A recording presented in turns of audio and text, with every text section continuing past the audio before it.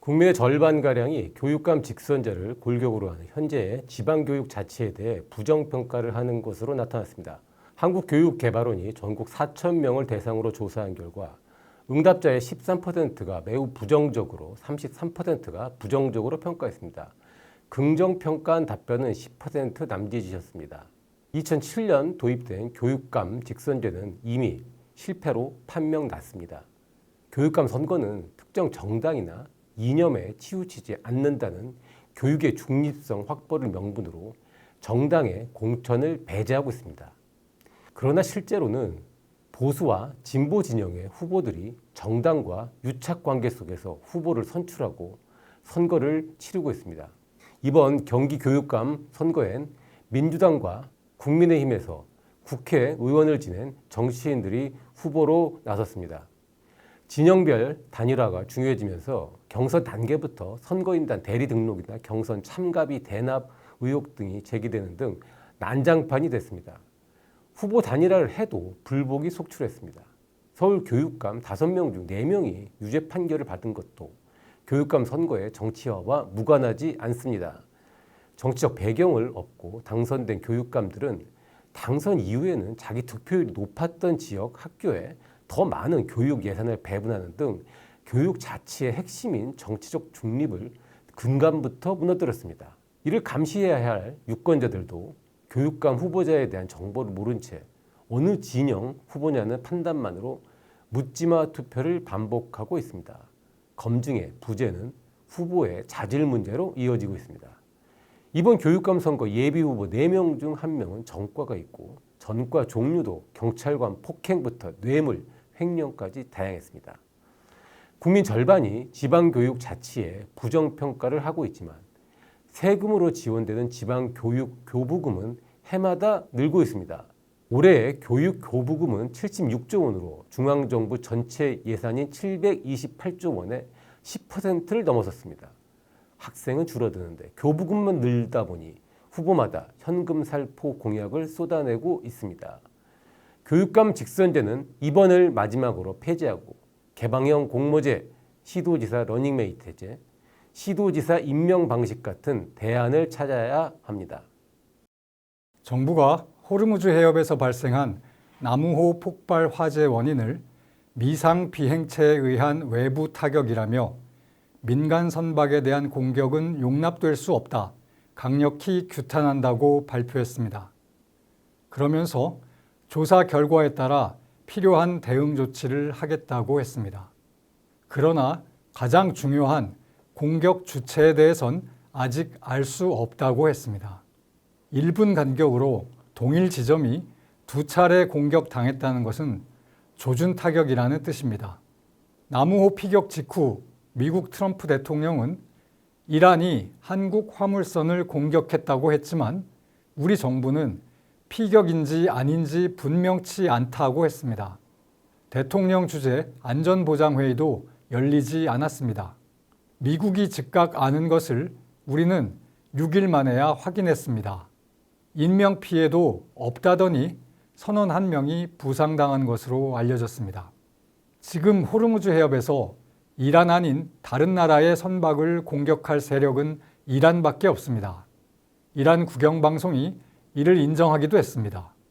정부가 이러는 것은 이란과의 관계를 의식한 것으로 보입니다. 정부는 피격 사실을 발표한 날 이란 대사를 불렀는데 초치는 아니고 설명을 위해라고 했습니다. 이란 소행으로 확정되는 것을 최대한 피하려는 모습입니다. 정부의 입장을 전혀 이해 못할 바는 아닙니다. 이란의 공격을 당한 중국, 프랑스 등도 이란 소행이라고 공식 발표하지는 않고 있습니다. 언젠가 전쟁이 끝나거나 상황이 바뀔 때에 대비할 필요가 있을 것입니다. 그러나 이번 피격은 한국 선사가 소유하고 한국 선원이 탑승한 선박이 외국에 의해 고의로 공격당한 것입니다. 우리 국가에 대한 공격이라고 할 수도 있습니다. 결코 그냥 넘어갈 수 없습니다. 특히 이재명 대통령은 캄보디아 보이스피싱 조직범죄 적발 시 대한민국 국민을 가해하면 국내든 국외든 폐가 망신한다고 선언했습니다. 국민 보호를 천명한 대통령의 대외 선언은 지켜져야 합니다.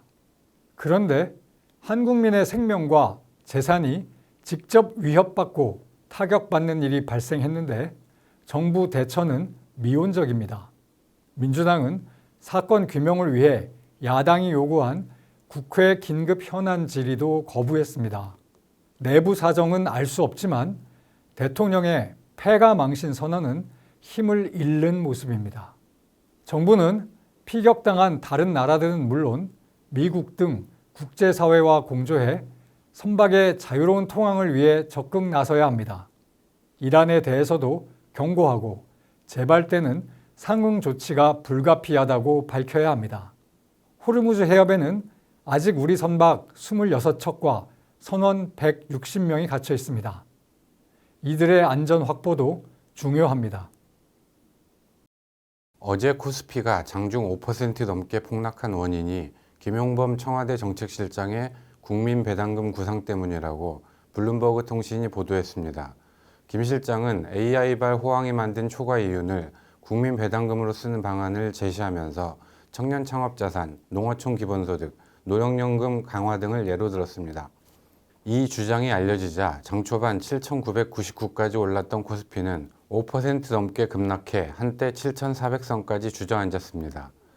김 실장의 제안은 올해 수백조 원으로 예상되는 삼성전자와 SK하이닉스 영업이익을 놓고 노조와 협력업체, 농어민 단체에 이어 정치권까지 가세해 뜯어먹기 경쟁이 벌어지는 와중에 정부 차원에서도 더 뜯어내겠다는 의미로 해석될 여지가 있었습니다. 빅테크 기업의 이익은 신기술과 새 시설 투자가 1순위가 돼야 합니다. 그러지 않는 기업은 바로 도태됩니다. 정부는 기업으로부터 법인세를 받아 창업자산 등 정책 재원으로 쓸 수 있습니다.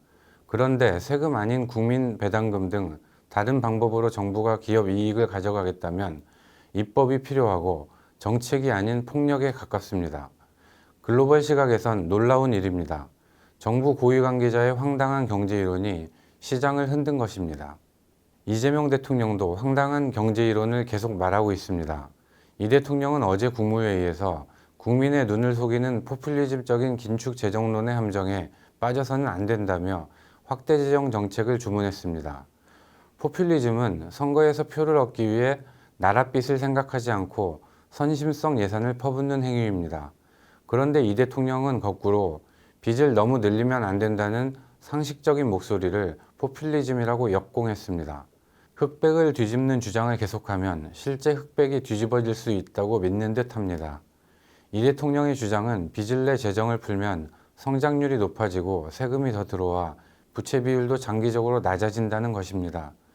하지만 정부가 빚을 내 돈을 푸는 경제적 효과는 단기적이고 미미한 효과에 그친다는 사실이 이미 입증됐습니다.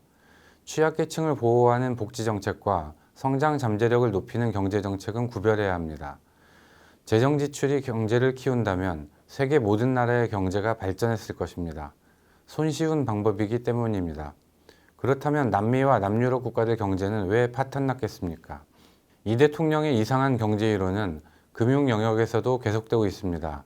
이 대통령은 신용도에 따른 금리차 등을 금융계급제나 약탈로 규정했습니다. 돈을 잘 갚는 고신용자에게 낮은 금리를, 위험이 큰 저신용자에게 높은 금리를 적용하는 것은 약탈이 아니라 금융이라는 제도가 지속 가능하기 위한 기본입니다. 이 대통령식으로 거꾸로 가면 많은 성실한 국민들이 금융사를 기피하게 됩니다. 시장 원리를 무시하면 재원이 부족해진 금융사가 대출 문턱을 높일 수밖에 없고 결국 취약계층의 피해로 이어집니다. 경제에는 어떤 마법도 없습니다. 환자에겐 설탕물이 아니라 입에 쓴 약을 줘야 합니다. 재정 건전성, 신용에 따른 금리차 등 시장 가격 같은 기본 원리에 역행하는 정책은 결국 더 큰 비용으로 돌아옵니다. 문재인 정부 소득주도 성장의 실패가 대표적인 예입니다. 민주당 박찬대 인천시장 후보가 대장동 모델을 언급하면서 그런 창의적인 아이디어가 많이 요구된다고 말했습니다. 박찬대 후보는 기업의 정당한 이익을 보장하되 초과 이익은 공공의 몫으로 환수하는 설계가 핵심이라고 말했습니다. 국민의힘과 유종복 인천시장 후보는 인천을 부정부패의 아수라장인 대장동 시즌2로 만들겠다는 것이라면서 반박했습니다. 대규모 개발 사업을 할 때 공공과 민간이 함께 투자하고 초과된 수익이 발생할 경우에는 이를 환수해 시민들의 편의시설 투자에 사용하는 경우는 적지 않습니다. 그러나 대장동 사업은 소수의 개발업자들이 성남시와 결탁해 모두 7,886억 원에 달하는 부당이익을 가져간 사건입니다.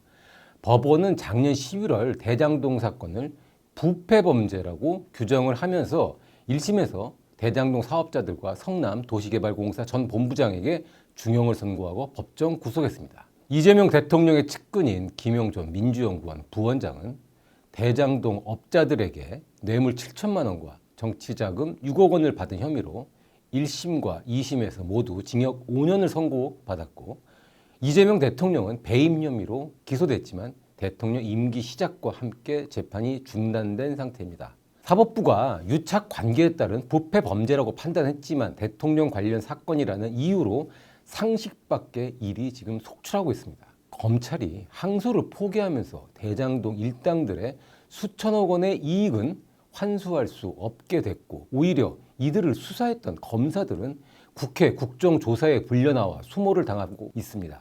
민주당이 발의했던 조작기소 특검 수사 대상에 대장동 사건이 포함됐고 대통령이 임명한 특검에게는 공소를 취소할 수 있는 권한을 부여했습니다. 박찬대 후보는 올해 초 민주당 친명계 의원들이 참여했던 공소 취소 모임에 참여했습니다. 박 후보가 인천 발전을 모델로 대장동 사업을 언급한 것도 대통령과 대통령 측근들이 연루된 사건에 면죄부를 주려는 이런 흐름들과 무관하지 않을 겁니다. 그러나 민주당이 사법부 권한까지 침해하면서 사건을 뒤집으려고 해도 대통령이 비판하고 있는 부동산 투기 세력이 천문학적 이익을 가져갔다는 사실을 지울 수는 없습니다. 정말로 대장동 개발이 민관 합동 개발에 권장할 만한 모델이라고 생각한다면 민주당과 정부 차원에서 이를 인천만이 아닌 지방선거의 전국 공약으로 내걸고 국민의 평가를 받아보길 바랍니다. 6.3 지방선거를 앞두고 여당 후보가 야당 후보와의 양자 토론을 회피하는 현상이 나타나고 있습니다. 서울시장 선거에서 국민의힘 오세훈 후보는 민주당 정원호 후보에게 여러 차례 양자 토론을 제안했으나 정 후보가 거부했습니다. 부산 북갑 보궐선거에선 국힘 박민식 후보와 무소속 한동훈 후보가 민주당 하정우 후보와의 TV 토론을 요구하고 있지만 하 후보 측은 선관위 법정 토론을 제외한 TV 토론은 안 한다고 합니다. 경기지사 선거의 양자 토론도 불확실합니다. 오 후보는 14일 전세 부족 등 서울 부동산 문제 등에 대한 양자 토론이 필요하다고 했습니다. 최근 정 후보에게 제기된 음주 폭행 의혹 등은 꺼내지 않을 테니 정책 토론만은 하자는 것입니다. 정 후보 측은 정책 대결을 하겠다면서도 상대방과 싸우지 않겠다고 했습니다. 사실상 회피하는 것입니다. 유권자가 후보들 품성과 정책을 가장 빨리 확실하게 알 수 있는 방법이 서로 상대를 지적 비판하고 방어하는 양자 토론입니다. 정 후보가 서울의 각종 문제에 대한 지식과 대안이 부족하다고 자인하는 것이 아니라면 양자 토론에 나서야 마땅합니다. 정 후보 측은 양당 후보만 토론하면 소수당 후보가 시비 걸 수 있다고 합니다. 그러나 2021년과 2022년 서울시장 선거에선 양자 토론을 했습니다.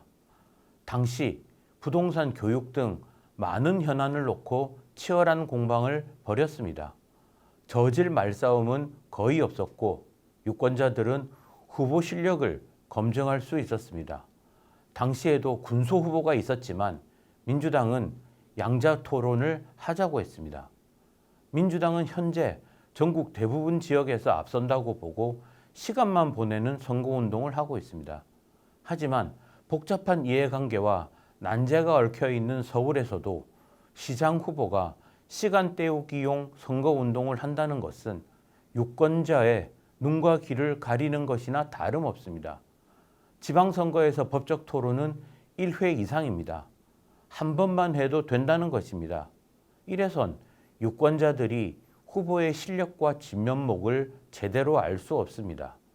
지지율이 앞서 있다는 민주당 후보들은 당당하게 양자 토론을 자청하기 바랍니다.